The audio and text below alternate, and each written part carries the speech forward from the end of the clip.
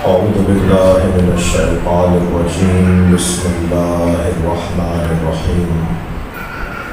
الحمد لله الذي لا يبلغ مدحته القائلون ولا يحصي نعماءه العادون ولا يعدي حقه المجتهدون، الذي ليس لصفته حد محدود ولا نعت موجود ولا وقت معدود ولا أجل ممدود، فطر الخلائق بقدرته ونشر الرياح برحمته. الصلاة والسلام على الرسول المسدد المصطفى الأمجد المحمود الأحمد سيدنا ومولانا ومولى الكونين جد الحسن والحسين وعلي أبا القاسم محمد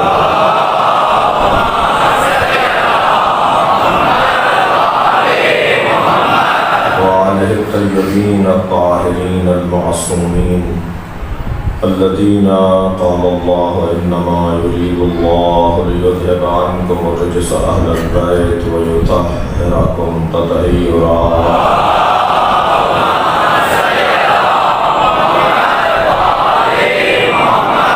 ولعنة الله عليهم أجمعين من يوم عداوتهم إلى قيام يوم الدين. أما بعد، قال الحكيم في قرآن الكريم: بسم الله الرحمن الرحيم. ألم تر كيف ضرب الله مثلا كلمة طيبة كشجرة طيبة أصلها ثابت وفرعها في السماء، وكلمة خبيثة كشجرة خبيثة اجتثت من فوق العرض ما لها من قرار، تؤتي أكلها كل حين بإذن ربها، يضرب الله الأمثال للناس لعلهم يهتدون. صلوات.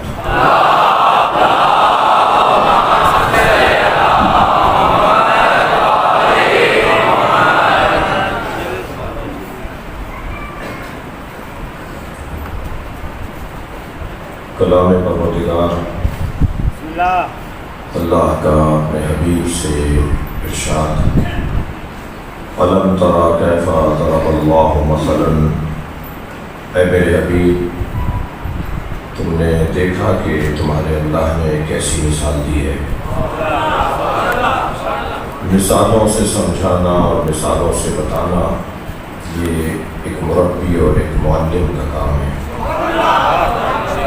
مطلب اور مقصد سمجھانا ہے اور بات کو منتقل کرنا ہے. أَلَمْ تَرَ كَيْفَ ضَرَبَ اللَّهُ مَثَلًا، تم نے دیکھا تمہارے اللہ نے کیسی مثال دی ہے.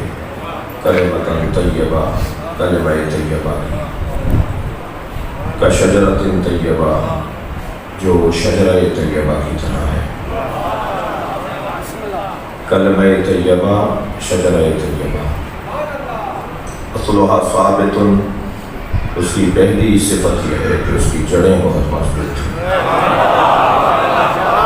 وفرعها فی السماء، اور اس کی شاخیں آسمانوں میں ہیں. اس درخت کی صفات بیان کرتے ہوئے تیسری صفت یہ ہے کہ تؤتی اکلها کل حین بإذن ربها. تیسری صفت یہ ہے کہ یہ درخت ہر موسم میں پھل دیتا ہے. وَكَلِمَةً خَبِيثَةٍ كَشَجَرَةٍ خَبِيثَةٍ، اور کلمہ خبیثہ کی مثال شجرہ خبیثہ کی طرح ہے. اجتثت من فوق الارض، یہ زمین کے اوپر سے اٹھتا ہے. ما لها من قرار، اور اس کو کوئی قرار اور استقلال نہیں ہوتا. یہ قرآن مجید میں اللہ نے شجرہ طیبہ اور اس کا تعارف اور شجرہ خبیثہ اور اس کا تعارف کروایا ہے. یوں تو اسلامی نظریات اور قرآنی پیغامات ہمیں یہی بتاتے ہیں کہ یہ ساری کائنات دو نظریوں پر چل رہی ہے. صرف پاکستان ہی دو نظریوں پہ نہیں بنا، بلکہ اللہ نے ساری کائنات کو دو نظریوں پر ہی بنایا ہے۔ ایک نظریے کو محکم کہتے ہیں اور دوسرے نظریے کو متشابہ کہتے ہیں۔ ایک نظریے کو حق کہتے ہیں، دوسرے نظریے کو باطل کہتے ہیں۔ ایک نظریے کو سچ کہتے ہیں، دوسرے نظریے کو جھوٹ کہتے ہیں۔ ایک نظریے کو شجرہ طیبہ کہتے ہیں، دوسرے نظریے کو شجرہ خبیثہ کہتے ہیں۔ میں ان تمام فہرستوں کو اگر ایک لفظ میں کہوں تو ایک نظریے کو حسینیت کہتے ہیں،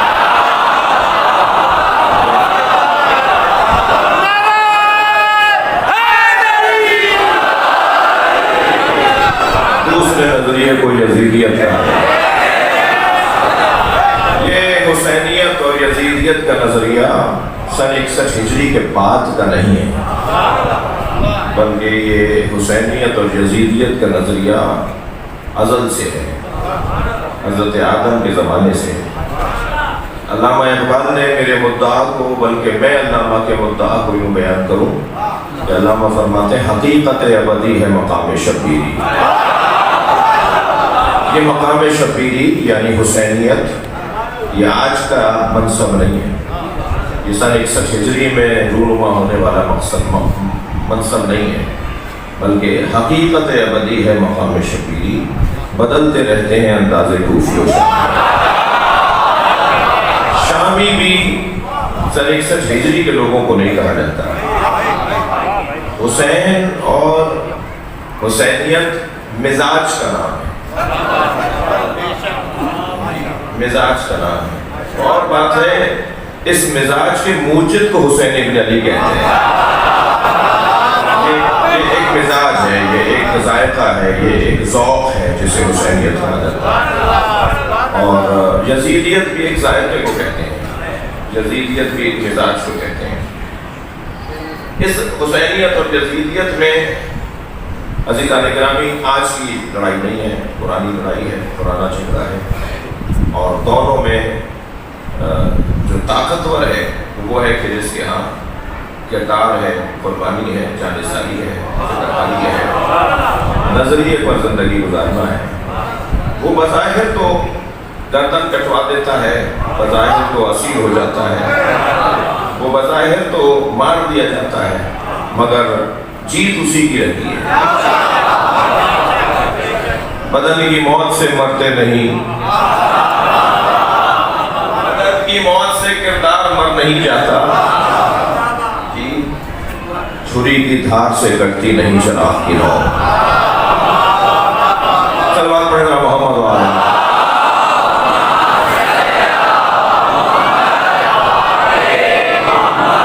یہ دو نظریے ہر زمانے میں رہے، ہر دور میں رہے۔ حابیل اور قابیل کا جھگڑا بھی یہی تھا،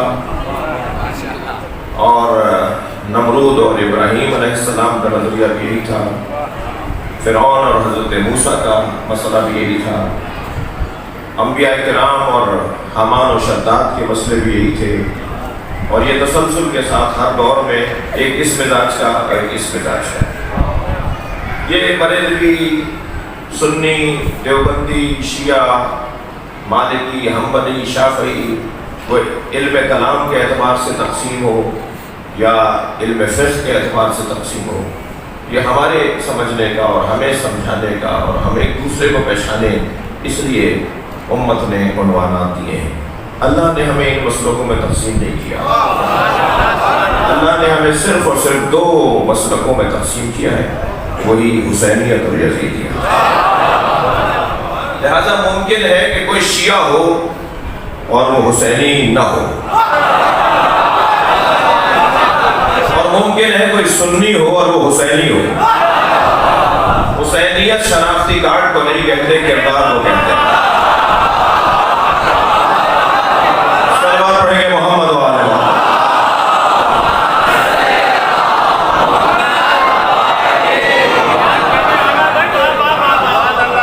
حسینیت مظلومیت کو کہا جاتا ہے اور یزیدیت ظلم کو کہا جاتا ہے۔ ظالم ظالم ہے چاہے اس کا کوئی بھی مسلک ہو، مظلوم مظلوم ہے چاہے اس کا کوئی بھی دھرم ہو۔ عنوان یہ ہے کہ جو بھی مظلومیت کا عنوان پائے گا وہ اس قافلے میں شریک ہو جائے گا جو حسین کا ہے، اور جو بھی ظالم اور ظلم کا عنوان پائے گا وہ اس قبیلے میں شامل ہو جائے گا جو یزید کا ہے۔ تو اب یہ دو نظریے بہت ہی روشن اور واضح طور پر ہیں۔ میں اپنے محترم جوانوں سے اور بچوں سے کہوں گا کہ گھبرانے کی ضرورت نہیں ہے۔ اگر پاکستان میں امیر فلاں زندہ باد کے نعرے لگے ہیں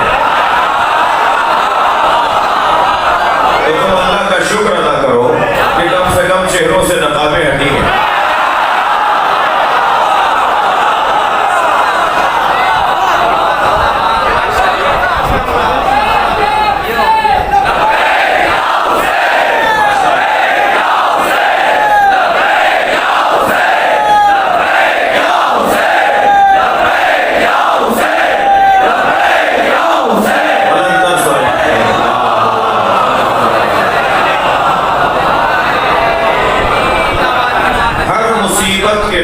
ایک نعمت ہے، ہر پریشانی کے بعد ایک راحت ہے، ہر آفت کے بعد ایک نعمت ہے۔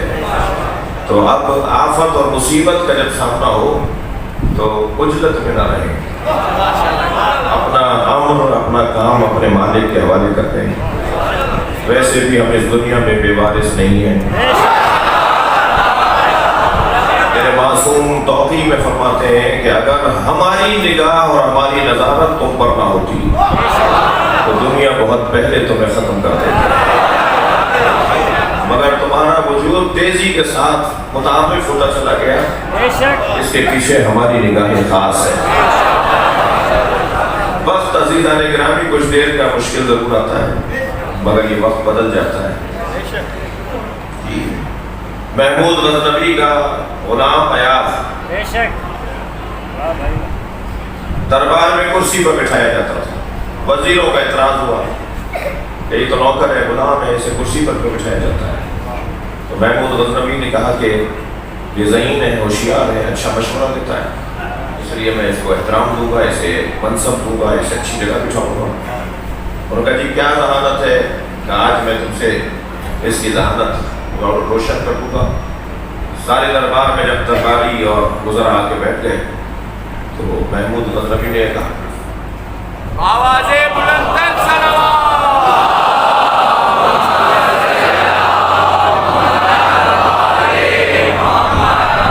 تم میں سے ہر شخص مجھے ایک جملہ ایسا بتائے جو غم میں بھی کام آئے اور خوشی میں بھی کام آئے۔ ایک جملہ ہونا چاہیے جو انتہائی غم کے اندر بھی وہ جملہ کام آئے، تسلی دے، ہمت بندھائے، اور انتہائی خوشی میں بھی وہ جملہ کام آئے۔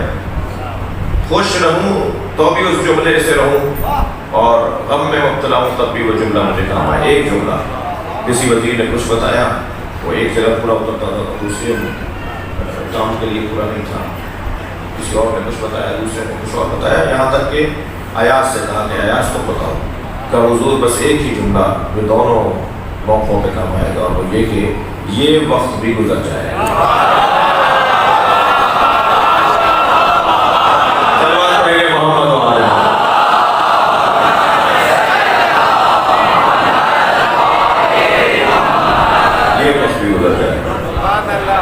لہٰذا ہمیں چاہیے کہ ہم اپنے ذہن میں، اور اگر ضرورت پڑے تو میں نے تو کئی دفعہ اس مہمارگاہ میں اور حیدرآباد میں کہہ چکا ہوں کہ کچھ آیات ہیں، کچھ احادیث ہیں، کچھ حسین جملے ہیں جو ہمارے اوپر ڈائریکٹ اثر کرتے ہیں، انہیں اپنے گھروں میں فریم کروا کے لگوانے کی ضرورت ہے تاکہ آتے جاتے ان جملوں پہ ہماری نگاہ پڑے اور ہمارے رویے تبدیل ہو۔ سارا مسئلہ ہی رویوں کا ہے، ہولیوں پہ نہ جائیے گا، اور ویسے ہی ہولیوں کا ہے، لمبے لمبے کرتے والے لمبے نہیں ہوتے، اور پھٹے ہوئے کپڑوں میں کوئی نظر آئے تو حسین نہیں ہوتا۔ رویوں سے پتہ چلے گا کون بڑا ہے کون چھوٹا ہے۔ آپ کی توجہات کا شکر گزار ہوں۔ اللہ نے دو نظریے بنائے، ایک نظریہ شجرہ طیبہ اور ایک نظریہ شجرہ خبیثہ۔ یہ جو شجرہ طیبہ ہے اس کی صفات میں پہلی صفت یہ ہے کہ اصلها ثابت ہے، اس کی جڑیں بہت مضبوط ہیں۔ جڑیں اس کی کتنی مضبوط ہیں جڑیں اس کی کتنی مضبوط ہے، میں نظریاتی تفسیر نہیں بلکہ تشبیہاتی تفسیر کے ذریعے سے، مصداقی تفسیر کے ذریعے سے بھی میں کہوں گا۔ اصلھا ثابت، یہ شجر طیبہ وہ ہے جس کی جڑیں مضبوط ہیں۔ جس شجر کی جڑوں کو محمد کہا جائے، سرکار دو جہاں اس درخت شجر طیبہ کی جڑ ہے۔ 1400 سال گزر گئے، اس کی جڑوں کو کوئی کچھ نہیں کر پایا۔ اس کے کلمہ پڑھنے والوں میں اضافہ ہی اضافہ ہے۔ جس درخت کی بنیاد مصطفیٰ ہو اور تنا علی ہو، جس کی شاخیں اہل بیت ہو اور پتے شیعہ ہو، اس شجر طیبہ کا ذکر ہو رہا ہے۔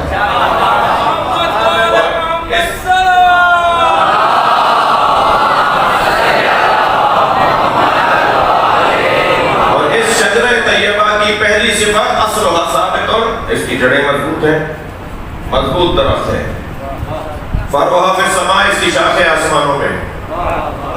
آپ نے کبھی کوئی درخت دیکھا ہو تو مجھے دکھائیے گا کہ جس کی شاخیں آسمانوں میں جاتی ہوں؟ شاخیں تو پلٹ کے زمین کی طرف آتی ہیں۔ جتنا باردار ہوتا چلا جائے گا، جتنا وزنی ہوتا چلا جائے گا، جتنا اس میں پھل پڑتا چلا جائے گا، اتنا ہی یہ شاخیں زمین کی طرف آئیں گی۔ لیکن یہ عجیب درخت ہے جس کی شاخیں آسمانوں میں۔ یہی تو بتایا جا رہا ہے کہ یہ یہاں سے بھی جڑا ہوا ہے اور وہاں سے بھی جڑا ہوا ہے۔ یہاں سے جڑنے کو بشریت کہتے ہیں اور وہاں سے جڑنے کو نورانیت کہتے ہیں۔ لہذا یہ شجر وہ شجر ہے کہ جو خاکی بشر نہیں ہے، نوری بشر۔ یہاں سے خاک اور وہاں سے نور، اور جو دو طرفوں سے جڑا ہوا ہو اسے وسیلہ کہا جاتا ہے۔ اس سے یہاں سے بھی تعلق ہو، وہاں سے بھی تعلق ہو، اور یہاں سے تعلق کو عزیزان گرامی بشریت اور وہاں سے تعلق کو نورانیت، میں اور لفظ بہتر کروں، یہاں سے وہاں دیکھیں گے یا وہاں سے یہاں دیکھیں گے تو بہت جائیں گے۔ جو یہاں والے انہیں دیکھ رہے ہیں وہ کچھ اور دیکھ رہے ہیں، اور جو وہاں والے دیکھ رہے ہیں وہ کچھ اور دیکھ رہے ہیں۔ نہ وہ اکیلے صحیح دیکھ رہے ہیں، نہ یہ اکیلے صحیح دیکھ رہے ہیں۔ ہمیں نہ ان نگاہوں سے انہیں دیکھنا ہے، نہ ان نگاہوں سے انہیں دیکھنا ہے، ان کی نگاہوں سے انہیں دیکھنا ہے۔ ہمیں مولا علی کو اپنے ذہن سے نہیں ماننا، ہمیں مولا علی کو اپنے ذہن سے نہیں ماننا، ہمیں مولا علی کو جبریل کی زبان سے نہیں ماننا۔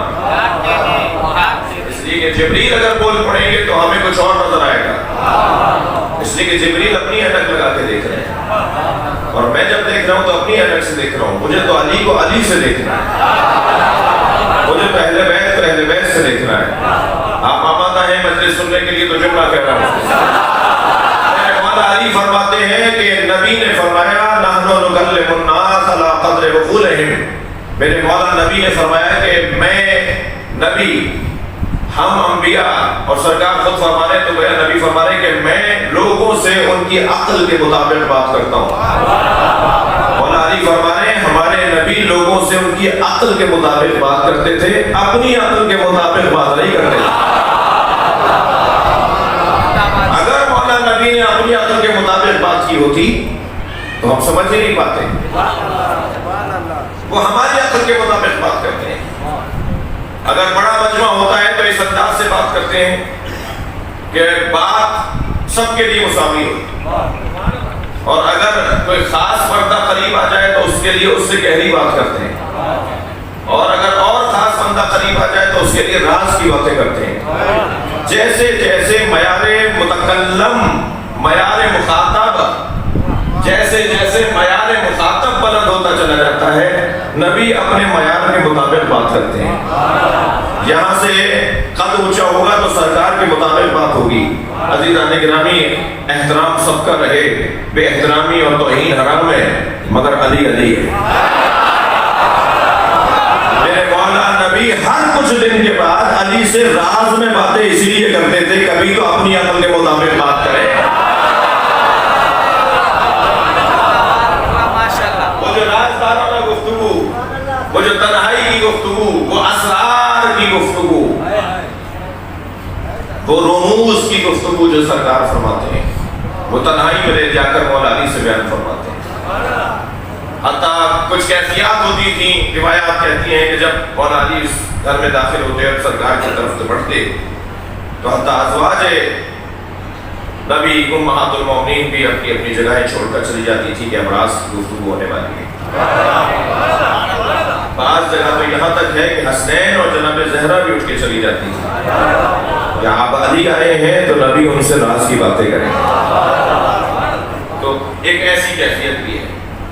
فرما رہے کہ نبی لوگوں سے ان کی عقل کے مطابق بات کرتے ہیں، اپنی عقل کے مطابق نہیں۔ عزیزان گرامی توجہ چاہوں گا اس جملے پر، میں نے جتنی حدیثیں پڑھی وہ میری عقل یا مجھ جیسوں کی عقل کے مطابق سرکار نے ارشاد فرمائی۔ مجھے کیسے پتہ چلے کہ سرکار کا معیار عقل کیا ہے؟ اول تو یہ وادی ایسی ہے کہ جس میں جانے کے لیے مجھے طہارت کی ایک خاص کیفیت چاہیے۔ ہر شخص اس وادی میں قدم نہیں رکھ سکتا۔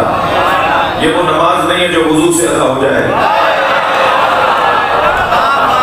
اس کے لیے خاص طہارت چاہیے، اس کے لیے خاص پاکی چاہیے، جو بہرحال اللہ نے جنہیں پاک رکھا ہے، جنہیں پاک بنایا ہے، وہی اس وادی میں قدم رکھ سکتے ہیں۔ جو نبی کے ساتھ رہتی ہو بیوی، وہ بھی چادر میں آتے ہوئے اجازت مانگے اور نبی فرمائے تم خیر پر ہو مگر اہل بیت میں نہیں ہو۔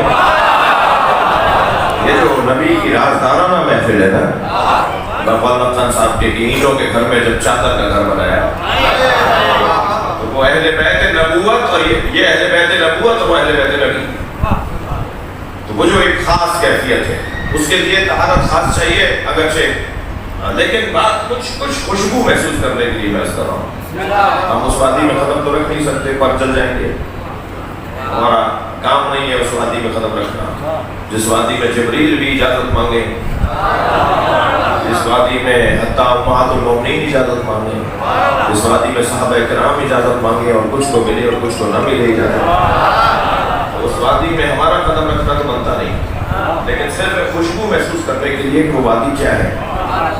ایام سجادیاں ہیں، اس لیے یہ جملہ کہہ رہا ہوں۔ وہ ہم سے ہماری عقل کے مطابق بات کرتے ہیں اور جب اللہ سے بات کرتے ہیں تو اپنی عقل کے مطابق بات کرتے ہیں۔ لہذا مجھے اگر دیکھنا ہے کہ معیار معرفت اہل بیت کیا ہے تو مناجات پڑھو، دعائیں پڑھو۔ جب میں امام سجاد کی دعاؤں کو پڑھوں گا، جب میں جناب زہرا کی دعاؤں کو، جب امام حسین کی دعائیں عرفات، تب مجھے اندازہ ہوگا کہ یہ وادی کتنی حساس اور کتنی سنگین وادی ہے۔ ایک ایک دعا پر 10 جلدوں میں شرح لکھی جاتی ہے، پھر بھی لکھنے والا کہتا ہے کہ میں نے حق ادا نہیں کیا۔ ایک ایک جملے پہ سیمینار ہوتا ہے اور 10 افراد تقریریں کر کے چلے جاتے ہیں ایک جملے کے اوپر، پھر بھی کہتے ہیں کہ ہم علی کی دید سے نہیں دیکھ پائے۔ یہ ہم نے اپنی دید سے دیکھا ہے، علی کے جملے کو سمجھنے کی کوشش کی ہے۔ سمندر معرفت، سمندر علم، اور وہ جو عرفان کا ایک عرفان کی گہرائی ہے، اگر اس کو محسوس کرنا ہے تو ائمہ کی اور اہل بیت کی دعاؤں کو پڑھا جائے۔ میرے سامنے کے جملے، من وجدک، یا اللہ جس نے تجھے پا لیا اس نے کیا کھو دیا، اور جس نے تجھے کھو دیا اس نے کیا پایا۔ یا من دل علی ذاتہ بذاتہ، اے وہ اللہ جو خود اپنی ذات پر دلیل ہے۔ اللہ کو میں اللہ سے سمجھتا ہوں، یہ حسین کا جملہ ہے۔ میرے مولا حسین فرما رہے ہیں، یا اللہ میں تجھے تجھ سے سمجھتا ہوں، کوئی اور آگے مجھے نہ بتائے کہ اللہ کیسا ہے، کوئی اور آگے مجھے نہیں بتائے گا کہ اللہ کیسا ہے، حسین کو کوئی اور آگے نہیں بتائے گا کہ اللہ کیسا ہے۔ کیوں میرے مولا نے یہ انکار کر دیا کہ سورج میرے لیے دلیل ہے وجود پرور، میرے اور آپ کے لیے نظام شمسی کائنات کا نظم دلیل ہے وجود الہی ہے۔ یہ جو نظم کے ساتھ کام چل رہا ہے، اس امام بارگاہ میں تخت یہاں لگا ہوا ہے، مائک یہاں لگا ہوا ہے، ممبر یہاں ہے، مثال کے طور پہ جوتے رکھنے کی وہاں جگہ ہے، مثلا فلاں چیز فلاں جگہ، یہ جو نظم کے ساتھ چیزیں رکھی ہیں نا، یہ کوئی آپ کسی کو دیکھیں یا نہ دیکھیں، اس کو نظم دیتے ہوئے نظم بتا رہا ہے کہ اس کا کوئی چلانے والا ہے۔ آپ کے گھر میں ساری چیزیں ترتیب سے رکھی ہوتی ہیں، یہ کوئی ہوا میں اڑ اڑ کر خود بخود ترتیب سے نہیں چلی جاتی، کوئی انہیں ترتیب سے رکھتا ہے۔ یہ روزمرہ کا مشاہدہ ہے کہ ہم نظم کو دیکھ کر ناظم تک پہنچتے ہیں کہ کوئی ہے کہ جو اسے نظم دے رہا ہے. اس کائنات میں اتنا مستحکم نظم ہے، یہ خود دلیل ہے کہ اسے کوئی ناظم چلا رہا ہے، اسے کوئی نظم دے رہا ہے، مگر میں نے دیکھا نہیں ہے. تو میرے اوپر جو اللہ کے وجود پر دلیل بنے گی میرے لیے، وہ اس کائنات کا نظم بنے گا. اور کائنات کے نظم کے لیے جو ذریعہ ہے اور ظاہری ایک عنوان ہے، وہ سورج کا نظام ہے، چاند کا نظام ہے. یہ ایک وقت پہ نکلتا ہے، ایک وقت پہ ڈوبتا ہے. اس کے ڈوبنے اور طلوع کرنے سے دن بنتے ہیں، دنوں سے ہفتے، ہفتے سے مہینے، مہینے سے سال، پھر موسم بنتے ہیں، اور موسموں کے بننے سے اور تبدیل ہونے سے پھلوں اور پھولوں پر فرق پڑتا ہے. پھر حیوانوں کے وجود سامنے آتا ہے، پھر حیوانات انسانوں کی خدمت میں رہتے ہیں. یہ بظاہر ایک سورج نکل رہا ہے اور ایک ڈوب رہا ہے، لیکن یہ ایک سورج نکل اور ڈوب نہیں رہا، یہ پورا نظام چلا رہا ہے. تو میں اس نظام شمسی سے اور نظم کائنات سے وجود الہی پر مقر ہو جاتا ہوں، قائل ہو جاتا ہوں، معترف ہو جاتا ہوں کہ اللہ ہے. امام حسین فرما رہے ہیں مجھے کچھ اور نہیں بتاؤ، کوئی اور مجھے نہیں بتائے گا کہ اللہ ہے. تمہارے لیے نظام شمسی دلیل وجود الہی ہوگا، میرے لیے دلیل وجود الہی نظام شمسی نہیں ہے. میں تو اللہ کو اللہ سے سمجھتا ہوں. کیوں ایسا ہے؟ بس دلیل لے لیجیے اور میری بات ایک منزل تک آ جائے. وہ اس لیے کہ میں چاند سے اللہ سمجھ رہا ہوں، سورج سے اللہ، ستاروں کے نظام سے اللہ سمجھ رہا ہوں، ہواؤں اور موسموں کے ترتیب سے اللہ کو سمجھ رہا ہوں. مگر حسین تو وہ ہے کہ جو سورج بننے سے پہلے پیدا ہوا ہے. حسین مولا کا تو وہ وجود ہے جو چاند کے وجود سے پہلے بنا ہے. تو سورج دلیل وجود الہی حسین کے لیے نہیں ہوگا، بلکہ یہ وہ گھرانہ ہے جنہوں نے اللہ کو اللہ سے سمجھا ہے. نحنو تلامذ اللہ، ہم اللہ کے شاگرد ہیں. انہوں نے اللہ سے اللہ، یہ وہاں سے ملتن، وہاں سے علم لے کر آئے. یہاں آ کر پڑھنے والے لوگ نہیں ہیں. یہ دنیا میں آتے ہیں تو پڑھ کر آتے ہیں. ان کے لعاب دہن میں اتنی تاثیر ہوتی ہے کہ علی سلونی کا دعویٰ کرتا ہے. یہ ان کی ساخت علم ہے، ان کی ساخت شجاعت ہے، ان کی ساخت میں غیرت ہے، ان کی ساخت میں عزت ہے، ان کی ساخت میں سخاوت ہے. یہ بنائے گئے اسی چیز سے ہیں. ہمارے اوپر یہ چیزیں عارضی ہیں، عوارض کا حصہ ہیں، عارض ہوتی ہیں، ڈالی جاتی ہیں، لگائی جاتی ہیں. اور جو چیز عارضی ہوتی ہے، یہ کلر اس تار کے اوپر عارضی ہے، اس کا ذاتی نہیں ہے. اسے ذرا 2 دن دھوپ میں چھوڑ دیجئے، کلر اتر جائے گا. یہ اترنا بتا رہا ہے کہ چڑھایا گیا تھا. جی یہ چیزیں اور بھی آپ دیکھ لیجئے، یہ ساری عوارض ہیں، عارض ہوئی ہیں، چڑھی ہیں، چڑھائی گئی ہیں. جو کسی چیز پر چیز چڑھائی جائے وہ اتر بھی جاتی ہے، اس کی ذاتی نہیں ہوتی. ہمارے پاس علم عارضی ہے، ذاتی نہیں ہے. لہذا آج ہے، ممکن ہے کل نہ ہو. ممکن ہے کوئی کہے بھائی کل تک تو بہت اچھا بولتے تھے، آج ان سے کیا ہو گیا؟ کہ وہ ایک علم تھا، وہ ان کا ظاہر ہو گیا. ان کی عقل کام نہیں کر رہی، ان کا دماغ غفلت کام نہیں کر رہا. وہ جو عارض ہوا تھا وہ ظاہر ہو سکتا ہے. لیکن عزیزان گرامی، یہ گھرانہ وہ گھرانہ ہے کہ جن پر علم عارضی نہیں ہے، ذاتی ہے. ان کا علم ان کے اوپر چڑھا نہیں ہے جو کوئی اتار دے یا اتر جائے. اب اگر تھکے نہیں بیٹھے تو جملہ کہو. علم اہل بیت کا ذاتی ہے، تبھی گردن کٹنے کے بعد بھی قرآن کی تلاوت کرتا ہے. صلوات پڑھیں حسین کی ذات پر.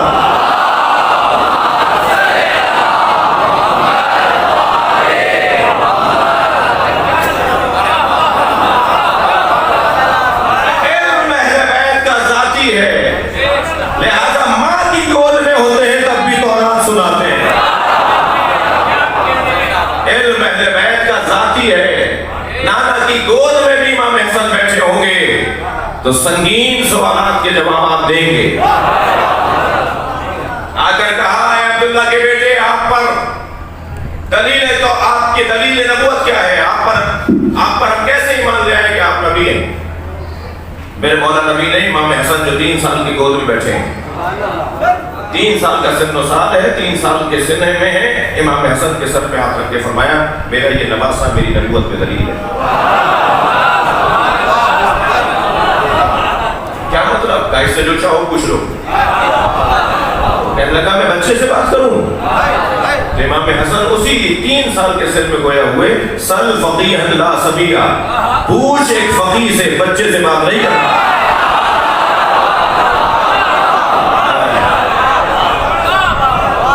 اور پھر فرمایا کہ اگر تو نے قیامت تک مجھ سے سوالات کیے، میں ہر سوال کا جواب دیتا رہوں گا، اس لیے کہ الذی انا الذی عندی بحر علم، میں وہ ہوں جس کے پاس علم کا سمندر ہے، اور سمندر بھی وہ ہے کہ لا تقسم التوالی، جسے ڈولوں سے خالی نہیں کیا جا سکتا۔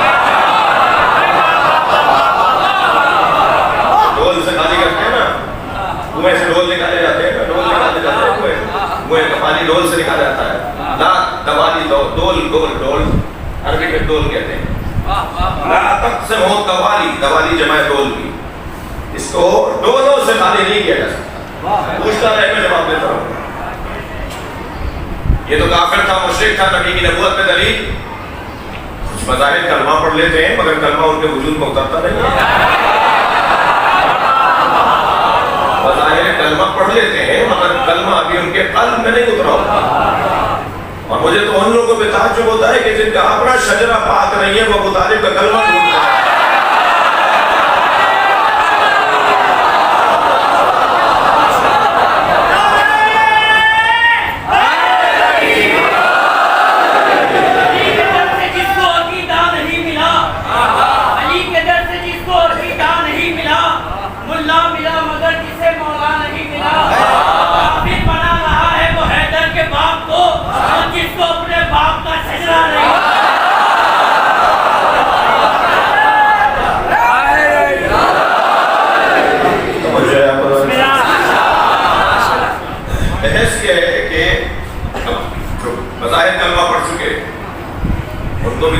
چاہیے تو ایسے ہی آتا ہے کہ یا رسول اللہ ایک سوال لے کر آیا ہوں آپ کی خدمت میں۔ فرمایا میرا حسن جواب دے رہا ہے۔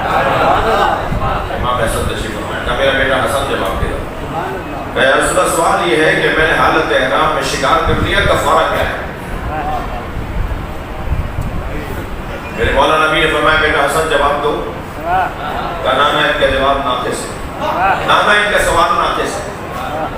ان کو بتاؤ کیا کہہ رہے ہو؟ نانا ان کا سوال ناقص ہے، انہوں نے یہ نہیں بتایا کہ احرام عمرے کا تھا یا حج کا تھا۔ نانا انہوں نے نہیں بتایا شکار چوپائے کا کیا ہے یا کسی پرندے کا کیا ہے۔ نانا انہوں نے یہ نہیں بتایا کہ شکار حرم میں کیا ہے یا حرم کے باہر کیا ہے۔ نانا انہوں نے نہیں بتایا رات میں کیا ہے یا دن میں کیا ہے۔ میرے مولا نے 27 اس کی تصویریں بنا دی۔ بھائی اسی سوال کی 27 تصویریں ہیں، جواب علیحدہ ہے، کون سی مراد ہے؟ سلوات پڑھیں گے عظمت اہل بیت۔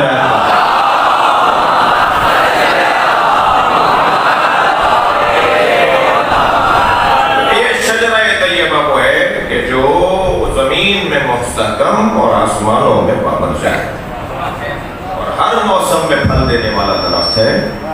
یہ کبھی نہیں ہوتا کہ یہ پھل نہ دے۔ یہ درخت ہی نہیں ہے جو سوکھ جائے، یہ درخت ہی نہیں ہے کہ جس کو کوئی نقصان پہنچے، یہ ہر موسم میں پھل دیتا ہے۔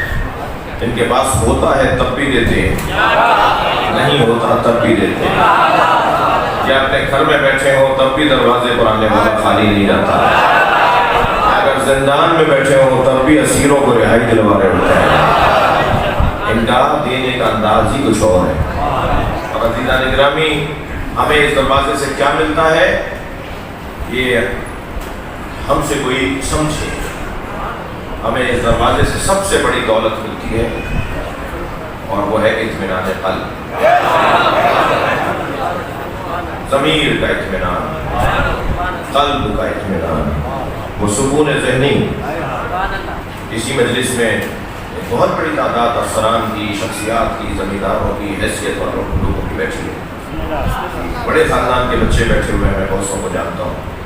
وہ کون سی چیز ہے جو ہمیں کھینچے لاتی ہے؟ وہ کون سی چیز ہے جو مقناطیسی کھچاؤ اور تناؤ سے زیادہ اثر رکھتی ہے؟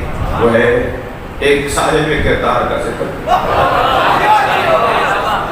ہم اگر کمزور بھی ہو جائیں کردار میں اور غلطیاں اور کوتاہیاں بھی کردار میں ہم سے ہو جائیں، تب بھی ہمیں اسی کے دروازے پر آنا ہے کہ جو وہ روح کی تسکین، وہ روح کی غذا. میں جملہ کہہ چکا ہوں، تکرار اگر ہو تو مجھے معاف کریں. موسیقی روح کی غذا ہے، اللہ رسول اور حسین کا ذکر روح کی غذا. جب ہم قرآن کی تلاوت کرتے ہیں تو یہ روح کی غذا ہے.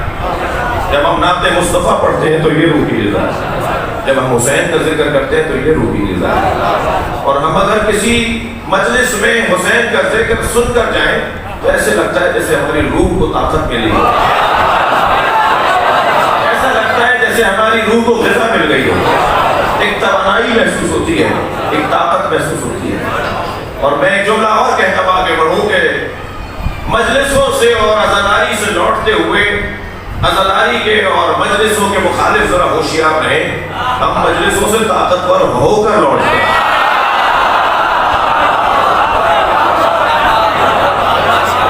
توانائیاں لے کر لوٹتے ہیں. اور وہ توانائی کیا ہے، وہ غذا کیا ہے؟ اطمینان قلب.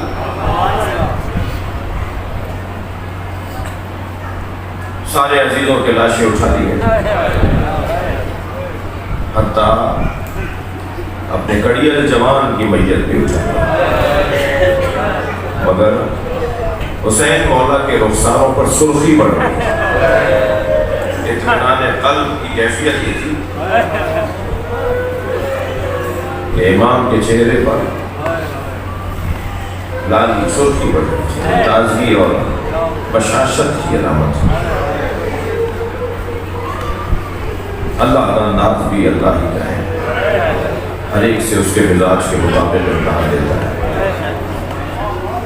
اللہ نے جناب زہرا سے جو امتحان لیا وہ سیدہ کے مزاج کے مطابق.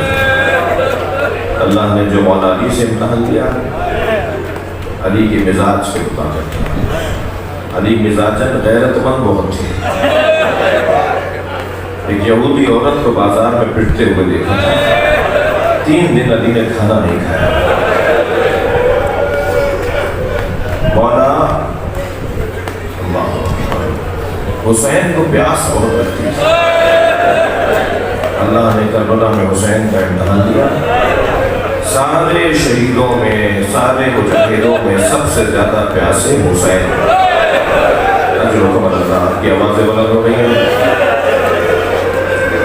اور اہل بیت کو اس بات کا احساس تھا کہ حسین پیاسے بہت ہیں، لہذا حضرت امام سجاد نے قبر پہ یہ نہیں لکھا کہ یہ مظلوم کی قبر ہے، یہ غریب کی قبر ہے، یہ مسافر کی قبر ہے.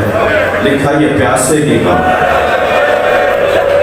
جناب سکینہ نے گھوڑے سے یہ نہیں پوچھا کہ بابا کو کس نے مارا، بابا کو کتنے لوگوں نے مارا، بابا کو کہاں مارا.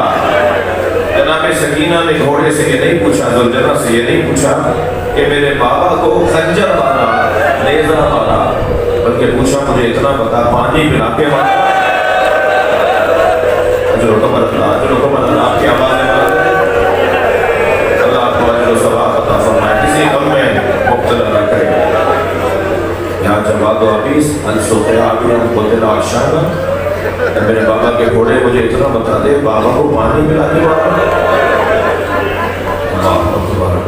کربلا میں حسین سب سے زیادہ پیاسے ہیں. جناب زینب کے مزاج میں ذمہ داریوں کو قبول کرنا تھا. پڑھ کر کہتی تھی یہ کام میں کروں گی، خود سے ذمہ داریوں کو قبول کرتی تھی. جی جس کے مزاج میں ہر کام پڑھ کے کہتا ہوں مجھے دے دو، یہ کام مجھے دے دو، یہ کام میں کروں گا. بچوں کے درمیان اگر آپ خاندان میں بیٹھے ہو، اپنے گھر میں بیٹھے ہو اور ایک بچے پڑھ پڑھ کر ہر کام کے لیے کہتا ہوں میں کروں گا، آپ کو بہت خوشی ہوتی ہے نا. مگر ایک وقت ایسا بھی آتا ہے کہ آپ پھر کسی اور سے نہیں کہتے، پھر اسی کو آواز دے کر کہتے ہیں کہ یہ کام تم کرو. زینب بھی گمراہ کو ذمہ داریاں قبول کرنے کا ایک خاص بیوی کا خلق و خو تھا. جناب زینب نے 4 سالہ، جناب زینب 4 سالہ ہیں، 4 سال کی عمر ہے جناب زینب کی جب جناب زہرا کی شہادت ہو رہی ہے. جناب زہرا نے اپنے حجرے میں بلایا، زینب تو ذمہ داریاں قبول کرتی ہے. زینب تم ذمہ داریاں بہت لیتی ہو، میں تمہیں ایک ذمہ داری دے رہی ہوں، یہ صندوق اٹھا کے لاؤ۔ بیوی نے صندوق اٹھایا، کھولا تو اس میں کفن رکھے ہوئے تھے۔ اجرکم اللہ، اجرکم اللہ۔ فرمایا زینب یہ جنت سے پنجتن کے 5 کفن آئے، جبریل 5 کفن جنت سے 5 حنوطوں کے ساتھ آئے تھے۔ ایک کفن تمہارے نانا میرے بابا کو دے دیا، یہ 4 کفن ہیں، ایک ایک کو سمجھو کہ کون سا کس کا ہے۔ ایک کفن اٹھا کر دکھایا جناب زینب کو، جناب زینب نے کفن اٹھا کے دکھایا، اماں یہ کفن کس کا ہے؟ ذمہ داری دے رہی ہے جناب زینب۔ فرمایا بیٹا کچھ دن بعد انہی دنوں میں تمہارے بابا گھر میں آئیں گے، انہیں پتا ہوگا کہ کفن کہاں ہے، وہ تم ہی سے مانگیں گے اور تم سے کہیں گے کہ اپنی ماں زہرا کا کفن دے دو، میری بچی یہ میرا کفن ہے، یہ اپنے بابا کو دے دینا۔ دوسرا کفن دیکھ کے فرمایا کچھ مدت کے بعد بھائی حسن گھر میں تم سے کفن مانگنے آئے گا، بابا علی کے لیے